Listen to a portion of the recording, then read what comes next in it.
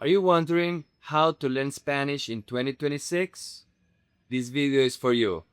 In this video, I'm going to give you some tips on what I would do if I were to learn Spanish in 2026. This is not going to be the regular advice about listening to music, watching movies, watching TV shows, news and series, reading books, writing. Here, I'm going to tell you something that is completely different, but I am sure that if you listen to my advice, you're going to learn Spanish in 2026.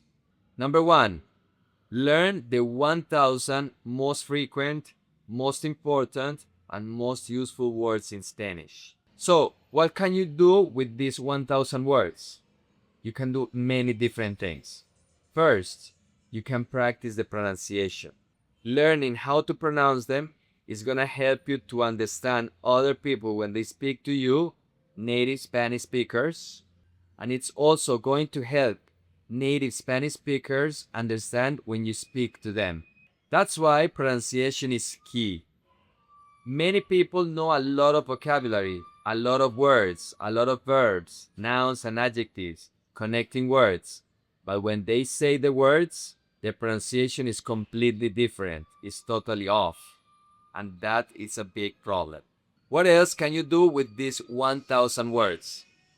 Don't learn isolated words.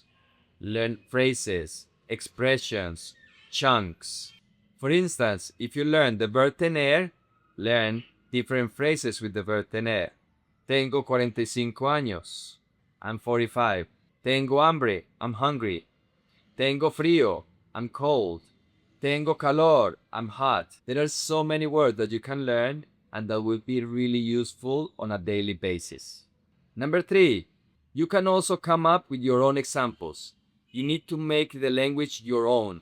And for this, you can use AI, ChatGPT, Claude, Gemini, whatever is good for you. These AIs can help you create common examples. One of the common phrases or words that I recommend students use when using AI is common, useful, practical, and frequent. Don't waste your time learning vocabulary you're never going to use. I already shared my experience. When I was learning English 25 years ago, I had a little pocket dictionary and I was just learning random words or random expressions, like by the scruff of the neck. I have never used that expression. I have never heard anybody use that expression. Customize the Spanish you learn according to your needs. What else can you do with these 1000 words? Pronounce them out loud. In your head, your Spanish is perfect, but when you pronounce them out loud, you can identify common mistakes. Some people recommend recording yourself in video or in audio. In my experience, that's a very difficult and humbling experience. I think with time, you will be able to do it and it will be a great tool for you to practice vocabulary and pronunciation. So, the goal for 2026 is not to learn 10,000 words. It's to learn 1,000 words, but to learn them really well. These are words that you're going to hear everywhere. At the restaurant, dating a girl, paying for clothes, taking an Uber, traveling, meeting friends, everywhere. These are the kind of words that you need to practice and to learn. The second thing that I would do if I wanted to learn Spanish in 2026 is to focus on pronunciation. You cannot play the Spanish game using the English rules. That is to say, you cannot pronounce the A in Spanish the same way you do in English.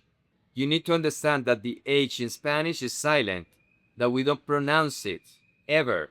You need to understand that there is no V sound in Spanish. V and B are pronounced exactly the same. These are few examples to show you how important pronunciation is.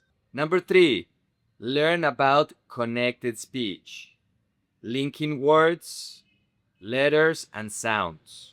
When Spanish speakers, native Spanish speakers speak, they don't speak word by word. There are no spaces between words when you speak. Spaces between words only exist in the written language. So you need to be able to understand and to get familiar with the rhythm of Spanish. That's why Spanish sounds so difficult to English speakers, because we don't pronounce word by word. We connect them. We connect consonants and vowels, vowels and consonants and consonants, etc. Number 4, focus on listening and speaking. There are 4 skills you need to develop when you are learning a language. The school system usually teaches 2 of these skills, but these are not the ones that we are going to use most of the time. Writing and reading. The 2 skills that we need to get good at. We need to train our ears. We need to practice and repeat speaking are listening and speaking.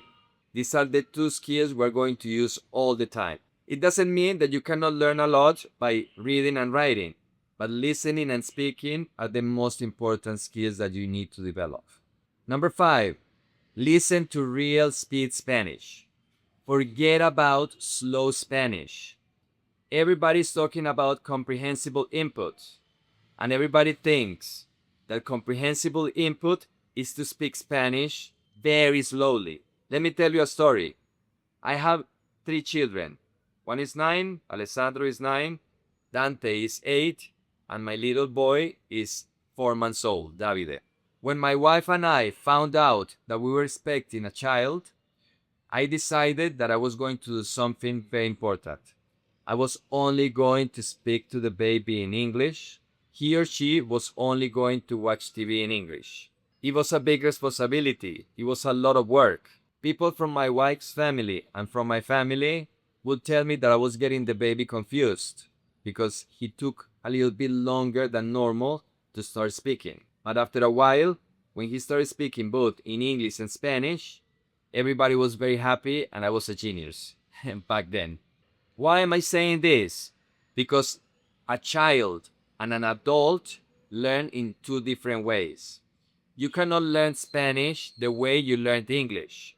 You need to use your language, which is English, in order to learn and to acquire Spanish. There is no lazy way of acquiring a language. You need to put in the work. You need to put in the hours. It needs time, repetition, and correction. Number 6, you need accountability. You need somebody to correct your mistakes, to guide you, to show you the way, and to tell you also the things that you don't need to waste your time with. That's why, if you can, I recommend getting a private tutor, a guide. I don't think you really need to do a lot of things.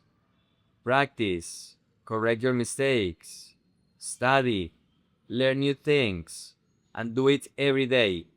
In a year, you will be surprised with the results. Now, if you want to get started on your Spanish journey, I recommend watching this video I made about the 15 most important verbs in Spanish.